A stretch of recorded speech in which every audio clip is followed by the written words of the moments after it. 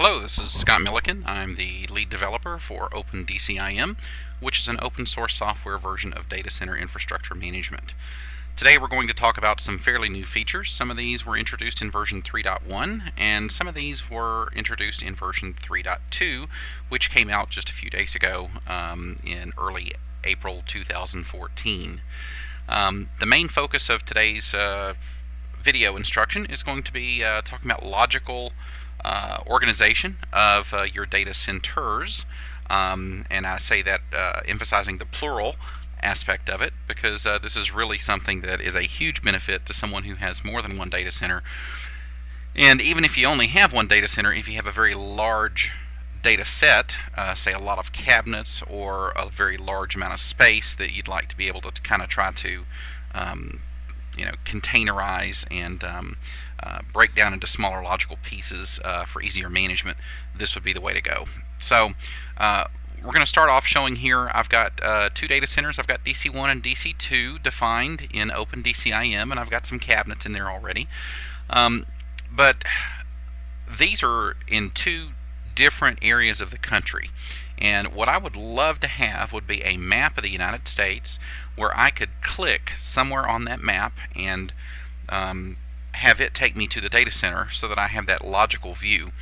So the way we would do that is by creating a container. So we're going to come over here to Infrastructure Management. We're going to go down to Edit Containers, and I don't have any defined yet.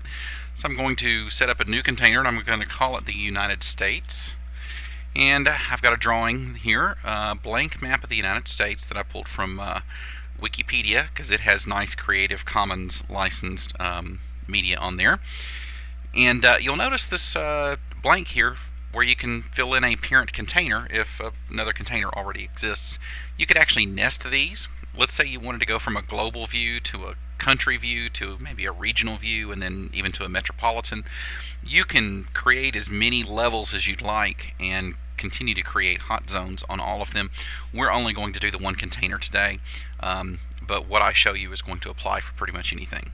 So once I clicked create, you'll notice that we now have under the home tree we have United States, and if I click on United States it brings up a copy of the map. Okay, that's nice and pretty, but there's nowhere for me to click on here to get to my data centers. So how do I tell the container where my data centers are? Well, we go into Infrastructure Management, Edit Data Centers, and let's pull up our first data center, which is DC1, and there is a little drop down here that we can select our container to be part of. It can either be part of none or it can be part of any that you've created. So I selected the United States, and the X and Y is going to be determined based upon where I click on this image to select my coordinates. So data center 1 is right here in East Tennessee where I'm located, and as soon as I click update, you'll notice that DC1 moved from being at the same level as United States to being underneath United States. That designates that it is part of that container.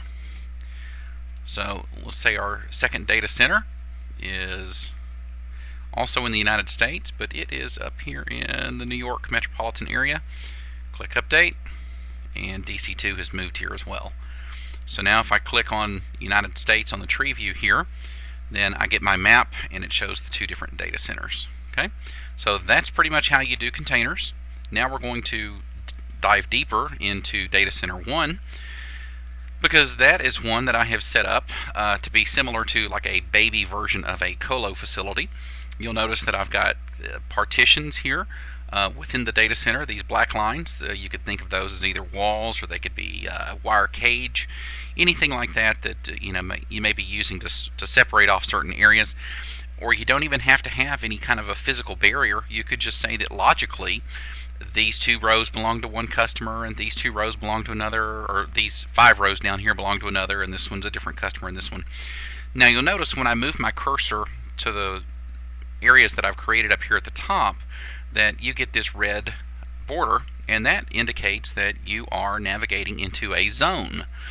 So if I click anywhere in the zone that is not actually on a cabinet, it will take me to a subview of just that zone.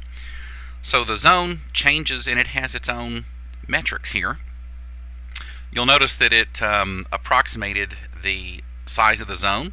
Since I told it how big the total map was in terms of square feet for data center 1, so take a look.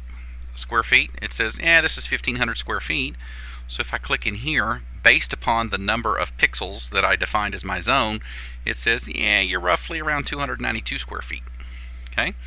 Now it also, for every cabinet that's within the zone, it computes all of these metrics based just on that zone. So this is a nice way to get metrics for if you've organized your data center so that a customer has all their stuff in one spot. This is a nice little aggregation tool type thing to do. So how do we set these zones up? Well, we go into infrastructure management and we click on edit zones. So you'll notice I've got one for my customer ABC, I've got another one for demarcation, and another one for internal systems.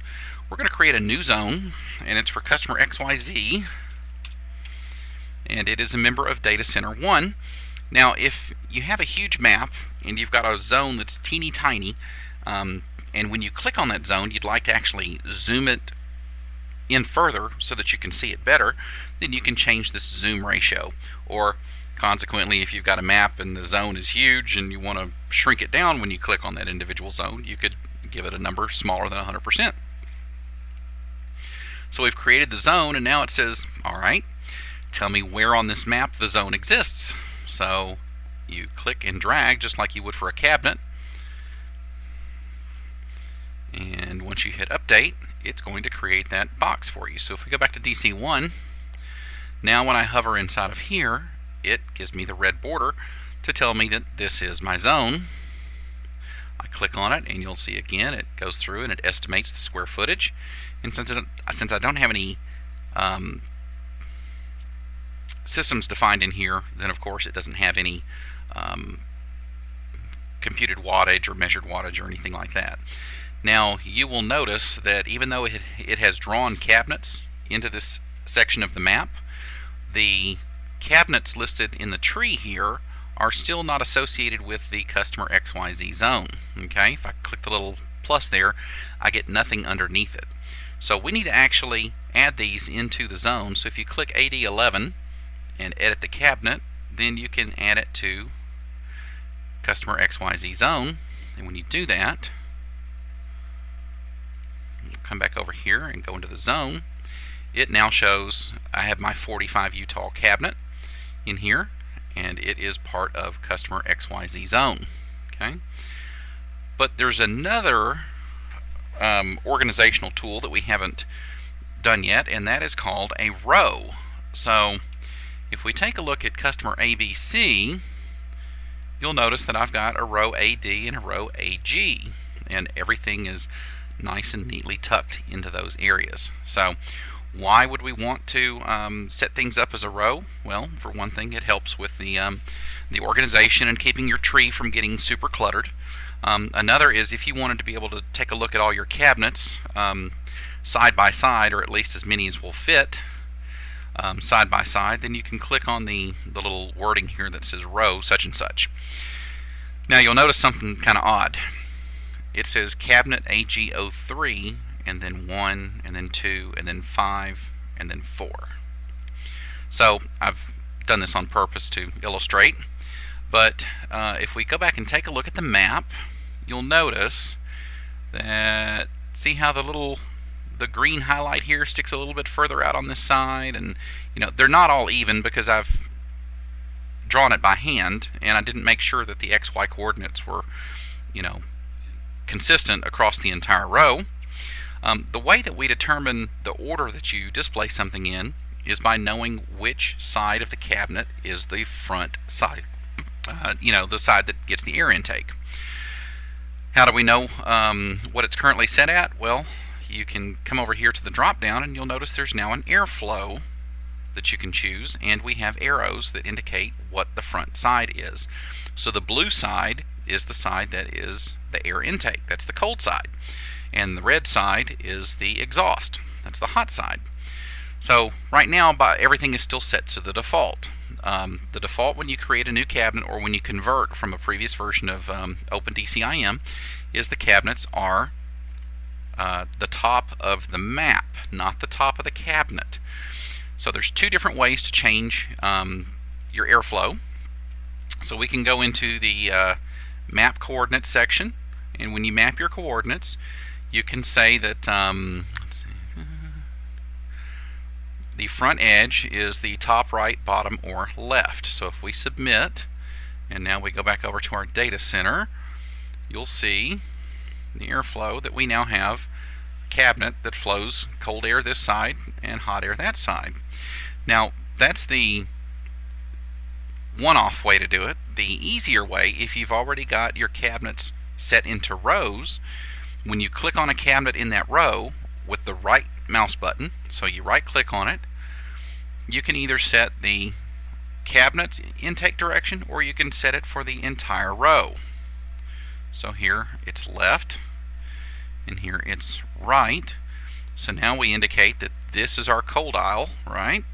And then this would be our exhaust side. So this would be to the right and this would be to the left. So here we've got cold, cold, cold. Okay.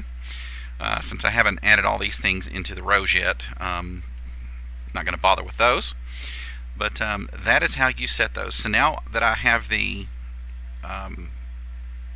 direction or the front edge determined for that entire row, if I go back into it, click on the row AG, it now shows them in the correct order, because I know that they're in the order of whatever the Y coordinate from lowest to highest, and that will tell me what the what order to place them in. If we had a top or a bottom, then it would have been the X coordinate. Left and right is the Y coordinate. So that pretty much sums up containers, zones, and rows. I hope this has been helpful to you. Please remember that OpenDCIM is donation based. There is a link on the opendcim.org website so that you can make a donation. Any amount is helpful to take care of things like our hosting account and domain registration and all that good stuff. So I hope this has been helpful, and take a look for some of my other recordings. Thanks.